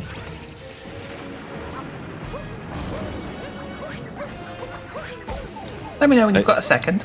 Yeah, go for it. I mean, this fight is basically just an auto-scroller, so we've got until the end of it for donations. Yeah, nothing like a big purple dragon breathing at you. Right, exactly. Okay. Here we go. $10 anonymous donation. I'm willing to break every buck in my wallet to save the children. Shoutouts to Dangers for a great run and to ESA for an amazing event. Well, thank you very much. $20 anonymous. Bush with the screaming goose inside? Question. Interesting. And we have Jamu, who is our wonderful Super Mario Kart runner, with $50. A girl has to pay her debt to the kart gods. Thanks again, ESA, for this amazing week. Loved it. And thank you, Jamu. We loved your run as well. Absolutely fantastic. And finally, $10 from Triop with no comment. But again, thank you so much for your amazing donations. Keep them coming in. We're on the road. We're only 600 away from 58,000, but we can do better. We can hit that 60k. We can get Resident Evil Village. Keep it coming in, folks. Thank you so much. Absolutely. Let's get there. 60k before the end of the run. Love to see it. Just in time for the end of this boss fight too. Perfect donations. So the Ruin Kingdom doesn't have Talkatoo in it as well, because the idea is that we're just beating a boss and then we're leaving. But Bowser's Kingdom is a little bit interesting when it comes to Talkatoo. Yeah. I was wrong earlier when I said the longest stretch. Forgot about this part. Just the entire Bowser's Kingdom, yeah. So if you've played a Mario game within the last like 15 to 20 years, what they like to do with their games is they like to lead you to Bowser's Lair for the ultimate showdown, then kind of pull a fast one on you and say, psych, actually, this is the second last place you have to go. You have to go here now, and it's even scarier looking, or something like that. So we're going to Bowser's Kingdom. You'll notice that the hollowed out circles that we've been kind of using as a guide for this entire game they're certainly not there anymore, and that's because of that. The game is like, okay, this is the last place. All you have to do is get to the end and win the game. Of course, we know better.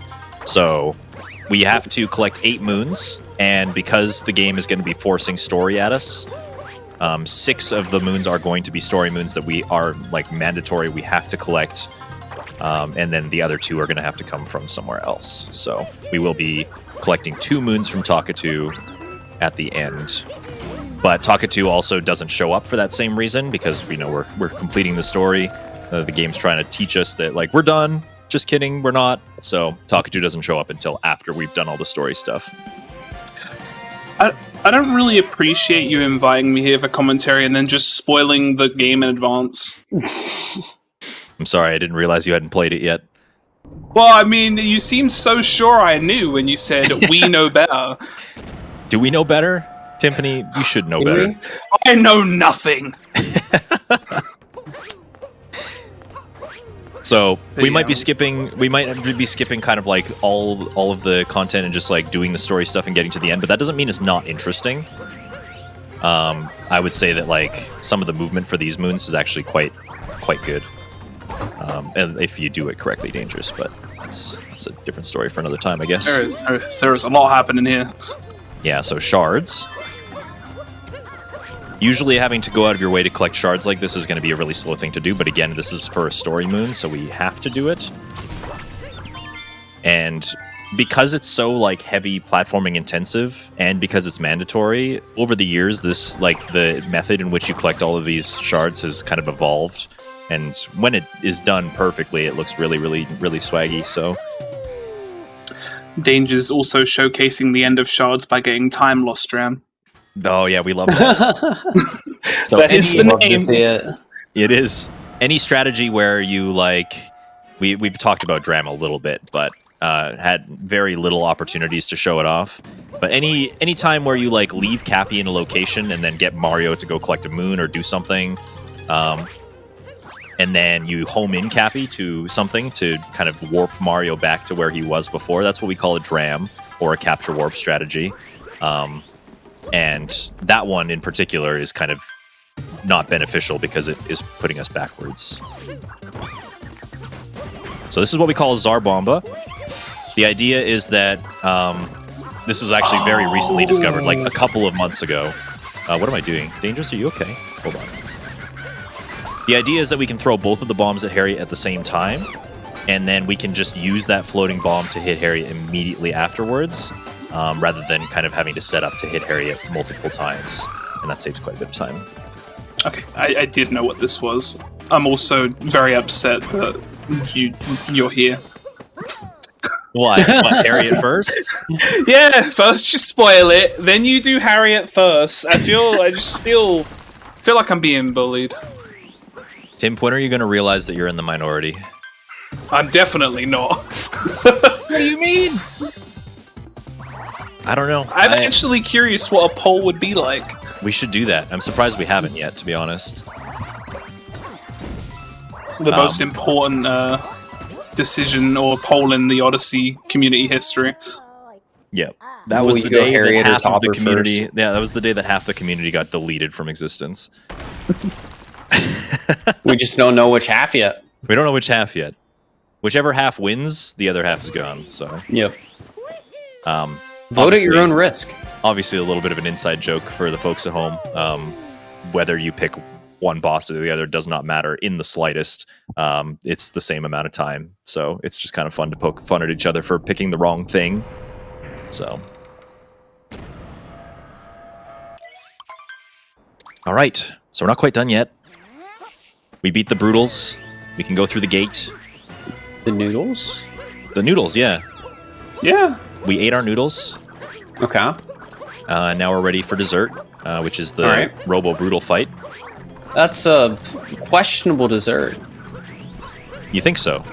Yeah, I've never eaten a robot. Well, you're about to. They're very tasty. Oh, okay. You can tell your palate isn't very refined, I'll be honest. What, Tiffany? You can't just make fun of me like that in front of the viewers. In front of what, 12,000 people? Something like that. Oh my gosh. So I said the Brigadier Molluskans to the third Defender Pavilion is my favorite boss, but this is pretty close second because it's a very platforming heavy boss. Yeah, I think I want to say most runners typically like this boss the most. It's a love-hate relationship. It's one of the coolest to watch because it's just a spectacle. Yeah, so if you've ever done this fight at home, the objective of this is that the robot is going to spit out like the Pokeo birds, and you're going to use those birds to poke bombs at the legs to knock it down so that you can climb up with the bird and peck the bubbles individually, but you can also ground pound them. And so we basically use our platforming prowess to just hit them all in order with our ground pounds instead and never fall off. That's the goal anyway. Oh, I didn't get my spin pound. That's annoying. Oh well. So the goal is that you don't fall off at all. It should only be about 20 seconds extra to make sure that we get on top and get the last hit here. So not a big deal. Just a little bit annoying, I suppose. Yeah, but this is also your tactic of demonstrating how you're supposed to fight this boss. So that's very appreciated. Yeah, you know. I mean, that even is the fast way. Like, that's not even really what you're supposed to do either. But little known fact, if you are playing this game casually and you think that you need to, like, poke the bombs at the robot to make it kind of, like, stagger and fall over, you don't. When he's spitting bombs and stuff, the knuckles on his leg, I don't even know what to call those. They're like little... they're just like vents. Yeah, little covers or something. They, like, open up and you can use those circles to climb up the leg manually instead. So... there's a lot of different ways to do this fight. I can appreciate that Nintendo added what they thought was a faster way for people who are more skilled, and then we just decided, no, it's not good enough. Yeah, who needs the birds? Am I right? I mean, I do. That's why I talk to one for my speedrun all the time. So, that is Bowser's Kingdom. Everything from the story is all packed away. And so now Talkatoo has come to show their face, so we got to warp back up to the top of the kingdom. We just need 2 more moons to leave. Hope we get some good RNG. While we're talking to the bird, we can probably get some donations in. Fantastic, because we still have lots of love again. Here we go. We have received $25 Psycho Pew Pew. How does Yoshi feel when he gets hurt? Dinosaur. Oh no! Oh my gosh! I wasn't ready for that. But they're getting me. I think it's just I'm not ready for it. Oh, they're absolutely fantastic. Again, thank you for your generosity, Psycho Pew Pew. Not so much on the puns, but hey, no, honestly, brilliant. Cepheus, $5. Let's get that as additional run. Thank you for the awesome entertainment as always. Remember, 60,000 total gets us Resident Evil Village. Can't wait to see that again. Get Gadano some another chance after a bit of a mishap earlier in the week, so we really would love to see that. Remember, all the money goes towards Save the Children, so not only do you get an amazing extra bonus content, you also get to help out fantastic cause as well. And finally, for now, $20 Anonymous. Keep up the great work, ESA. Well, thank you so much again. Yeah, huge shout outs to ESA. While, you know, we have a moment before we kind of get to the grand finale here. Huge shout outs to ESA for throwing on this marathon and inviting us all on to, you know, show off what we do, what we love to do, and doing it for good cause. So there we go. Bowser's Kingdom all done. Had to stack up some Goombas. We're all good. Now, we finally arrive at the final kingdom of the game, and because this is the final kingdom of the game, no moons need to be collected here. We've collected 124. 124 is the, like, we're done now. So Talkatoo has served their purpose. Now it's just about getting to the end of the game and finishing it up the normal way. So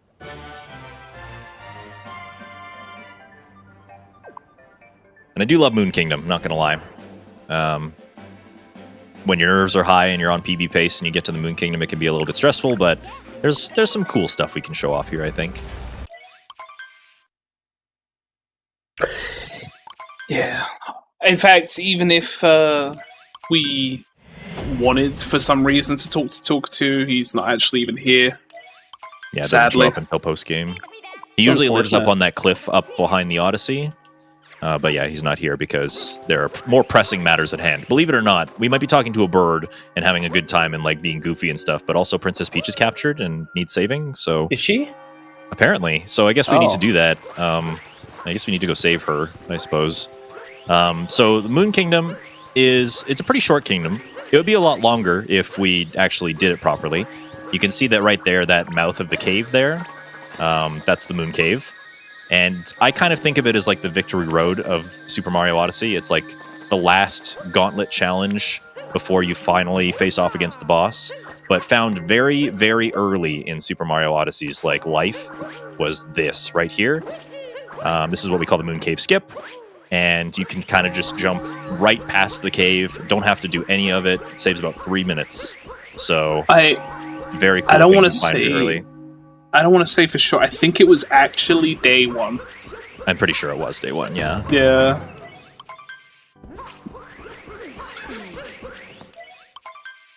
Kind of funny. Because they did release a patch, but they didn't fix that, and they definitely knew that it existed at that point.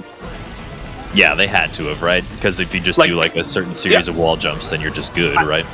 I mean, if they knew the role, because they changed the pyramid clip, so if they knew that was a thing, there's no way they didn't know that was the Moon Cave jump was a thing. All right. I feel like that was just something that anyone would have known, Yeah, or anyone would have been able to do. With just a little bit of patience, for sure, yeah. So we have to fight Bowser one more time, and this fight is very reminiscent of the Cloud fight. I would say that it even is a little bit easier because the phase that Bowser does in between the punching phases is like this fire throwing phase. It's not very threatening at all. It looks quite threatening, but it's actually more of like a, I guess you could call it like a ground scan. If I just I can just roll over it. Like, this fire does not affect me at all. So How does he do it? This is insane! He's gaming. Use a damage boost. Otherwise, this is the exact same fight as the Cloud one. Bowser swipes his tail a couple more times to be menacing, but, it's going to be the same number of swipes every time, so we kind of know as speedrunners what we're going to do. But, we're talking about discoveries a little bit. None of the discoveries would really be what they are if we didn't have such an incredible community associated with them. Because Super Mario Odyssey is probably one of the biggest speedrunning communities and one of the most dedicated, and they're always really just down to help. So if this has inspired you to speedrun Super Mario Odyssey at all, I recommend you check out the Discord. You go to speedrun.com/SMO, you join the Discord. There's lots of very cool resources there to get you started, including YouTube videos and just people to ask. There's so many people invested in this game. Yeah, it's not like we said earlier. It's not just speedruns. You can play bingo too. That's also an option. You don't have to do a full game speedrun if you don't want. There's plenty of things you can do with this game. Oh, Man. Scary. Yeah, so I'm going to try a trick here. I really, really want to get it, so I'm going to give it one more go. No, I want to land on that second ledge at least. We got some time, I think, right? I might be over my estimate, actually. We had some bad kingdoms at the beginning, but... Okay, one more try. One more try, and then we'll just call it quits. Yeah. So, this here 2D section is kind of the intended way to go through this game, but with some very trickily placed jumps, which is not as easy as it looks, clearly.